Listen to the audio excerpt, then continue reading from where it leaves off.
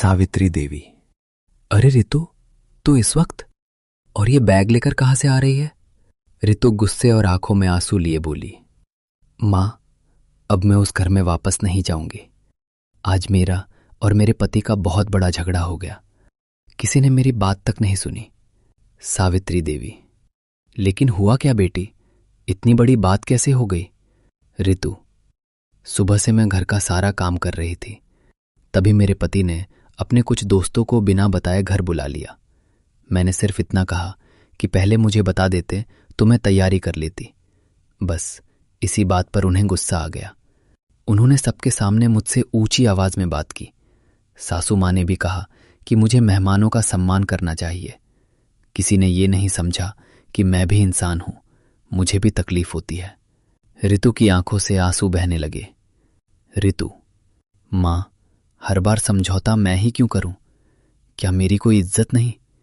इसलिए मैं वो घर छोड़कर आ गई। अब मैं वहां वापस नहीं जाऊंगी।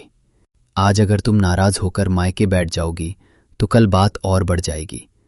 रिश्ते तोड़ना आसान होता है, लेकिन उन्हें निभाने के रिलेटेड धैर्य और प्यार चाहिए। रितु ने मुंह फेरते हुए कहा, नहीं मां, इस बार मैं नहीं मानूंगी। मेरी भी कोई इज्जत है।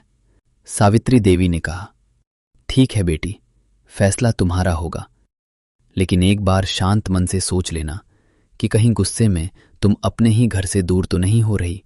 इतना कहकर सावित्री देवी वहां से चली गईं, लेकिन रितु का गुस्सा अभी भी शांत नहीं हुआ था। तभी नई नई आई बहू नंदिनी ने यह सब सुना और उसने तय किया कि वो अपनी ननद रितु को प्यार और समझदारी से समझाने की कोशिश करेगी। नंदिनी ने बिना टोके रितु की सारी बातें ध्यान से सुनी, फिर मुस्कुराकर बोली, दीदी, एक बात पूछूं? अगर एक पौधा नई मिट्टी में लगाया जाए तो क्या वो पहले दिन ही फल देने लगता है? रितु ने कहा, नहीं, उसे समय लगता है। नंदिनी बोली, बिल्कुल, शादी भी ऐसी ही होती है।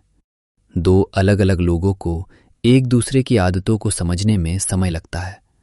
छोटी छोटी बातों पर अगर हम रिश्ते छोड़ने लगें तो रिश्ते कभी मजबूत नहीं बन पाएंगे।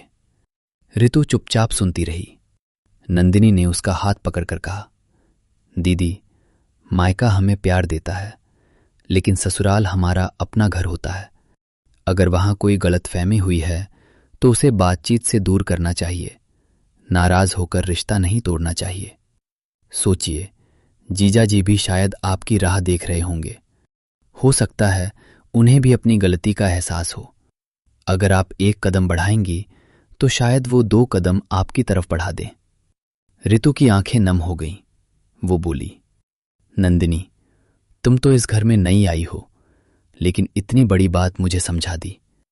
गुस्से में मैं सिर्फ अपनी तकलीफ देख रही थी, किसी और का दर्द नहीं।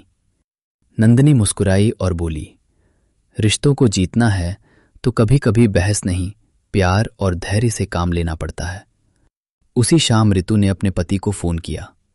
दूसरी तरफ से आवाज आई, रितु, मुझे माफ कर दो, मैं तुम्हें लेने आ रहा हूं। रितु की आंखों से खुशी के आंसू निकल पड़े।